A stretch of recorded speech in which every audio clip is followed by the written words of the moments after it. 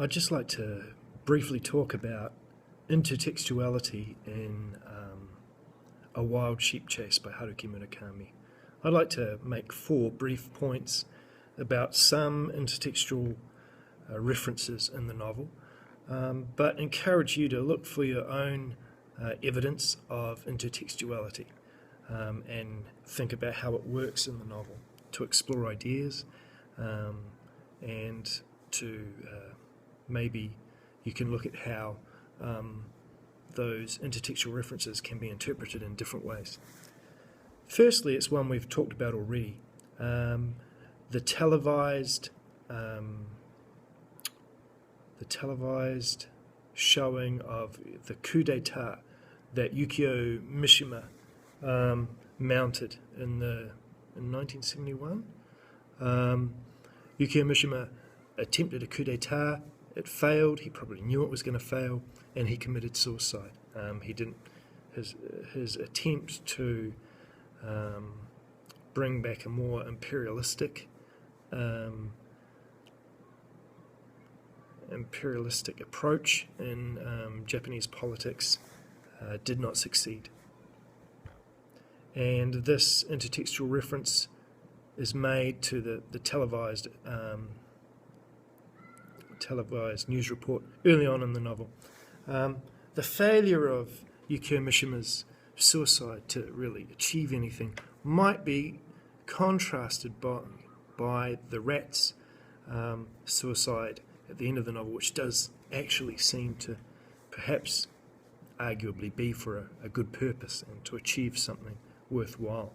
Remember, Yukio Mishima is standing for strength, in my understanding. He wants Japan to be strong and powerful, whereas the rat is committing suicide to undermine the move for power that the sheep is making through him. So that's the first intertextual reference. The second one it comes later in the book when they're at the Dolphin Hotel, references to Moby Dick, and we've talked about this as well in class. Moby Dick, a famous novel by Herman Melville, is all about obsession and the hunt for something. And that can be, the hunt for the wild sheep, perhaps, that the narrator and his girlfriend pursue. Or it can be the hunt for power, perhaps, that the sheep is undertaking by manipulating the sheep professor or the boss. Later on, the rat. The sheep seems to be trying to seize power, almost obsessively.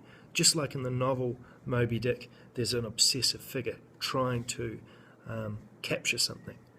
In that case, Captain Ahab, who's the captain who's hunting Moby Dick, the white whale, Captain Ahab, his hunt is very self-destructive. And perhaps it can be seen that if we take the sheep as representing nationalism, that nationalism itself is very self-destructive. Perhaps that's one interpretation. A third intertextual reference I'd like to draw your attention to in A Wild Sheep Chase is detective fiction. I've mentioned before that the novel draws on hard-boiled fiction, and it references some texts from hard-boiled fiction, such as a novel about Mickey Spillane novels, which are about tough American detectives hunting down the truth. But the novel also references Sherlock Holmes, the famous detective. The narrator is reading through the adventures of Sherlock Holmes. Now, why is this intertextual reference in the text? I think what it does is it creates a contrast. Sherlock Holmes is an extraordinary detective. He is extraordinary. He is anything but mediocre. And he and his partner, Watson, solve these crimes. But I think there's an antithesis that can be seen between Sherlock Holmes and the narrator of the novel, who is not extraordinary. He's really boring, mediocre. He is nobody special. Yet, paradoxically, maybe it's the mediocrity and the boringness of the narrator, which helps make him so effective, and also his friend the rat, who is also a real mediocrity. Through their lack of having anything special, somewhat paradoxically, they are able to undermine the efforts of the wild sheep to take over. And this discussion about boredom brings me to the fourth point I'd like to make about intertextuality. It's on page 43 in this book. Sorry, I don't know it in the black-covered book, but it is in the chapter where he's met his girlfriend with the beautiful ears for the first time, chapter 4. And it's a reference to Nietzsche. See, there's Nietzsche. Can you see that? But as Nietzsche said, the gods furl their flags at boredom, or something like that. Nietzsche is a famous philosopher who celebrated strength. He kind of rejected traditional moral values. He didn't think, the traditional, Christian moral values or Jewish or any religion where a person was supposed to lower themselves or make themselves humble. He saw those things as being bad. Nietzsche proposed that men, and I think he meant men, should aim to be powerful and strong and take over. And that it was this morality was holding these great men back. Nietzsche had this idea of Superman, not the Superman probably that we know, but the idea of the Übermensch, the figure who's powerful and strong. And I think that figure is echoed somewhat in the wild sheep, the sheep. And Nietzsche also talked about the will, the strength of one's will, overcoming, all the little mediocrities around the place. So Nietzsche had this ideal of strength.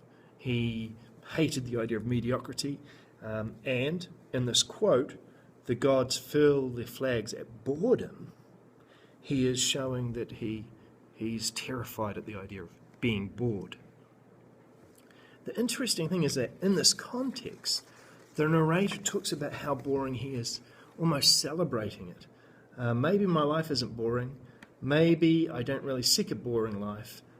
Most people, they're trying to escape from boredom, but I'm trying to get into the thick of boredom.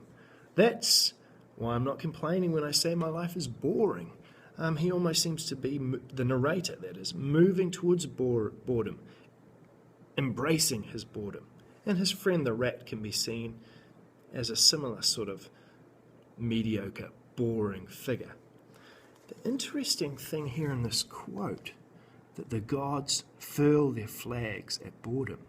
That furling flags, that means you wrap up your flag or take it down perhaps, take it down and wrap it up. It kind of means surrender or retreat. Interesting thing is, I think this is a form of foreshadowing. I think the sheep represents maybe national or personal strength and the will to sort of impose one's desires on others and to take over. All those things that Nietzsche maybe stood for, if I understand Nietzsche correctly. But the interesting thing is the heroes of this novel, the narrator and the rat, they're mediocrities. They are boring people with nothing special about them. And yet it is this very boringness, to coin a phrase, to coin a word, this very mediocrity they have that helps them defeat the sheep.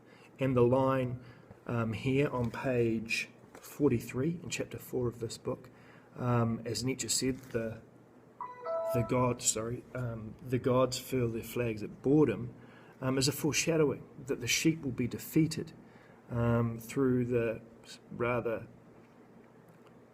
mediocre, ordinary, boring sort of approach to life and lack of talent or lack of will, a lack of direction that the rat and the narrator actually have.